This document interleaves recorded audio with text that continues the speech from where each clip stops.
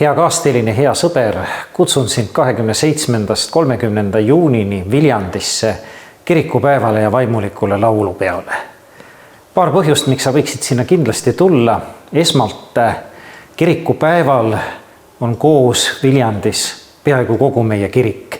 Erinevad allasutused, kogudused, praostkonnad, laulukoorid, ettevõtmised. See on tõesti ainulaadne sündmus, kus kõik meie kiriku töövaldkonnad on esindatud, kus sa võid kohata inimesi alates oma koguduse õpetajast ja kaaslastest kuni peapiiskopini välja.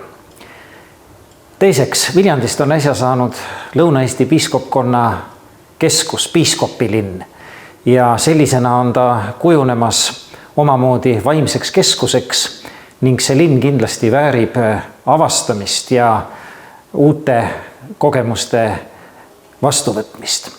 Ja kolmandaks kutsun sind ka reede õhtul, siis 28. juuni õhtul Viljandi pärimusmuusika Aita ööülikooli salvestusele, kus ma pean loengu ühest omapärasest teoloogist ja mõtlejast Richard Rohrist. Tegemist on frantsiskaani munga ja preestri ja teoloogiga, kes on väga põnevalt avanud just frantsisklaste vaimsust tänapäeva inimese jaoks. Ja kuna Viljandi Jaani kirik, minu kodukirik ja piiskopi kirik on rajatud frantsisklaste poolt kloostri kirikuna, siis on Viljandis väga hea võimalus otsida just selle pühaku mõtteseoseid ja küsida, et mida frantsiskuse pärand kaasaja inimesele tähendab. Ma usun, et siin on palju avastamist.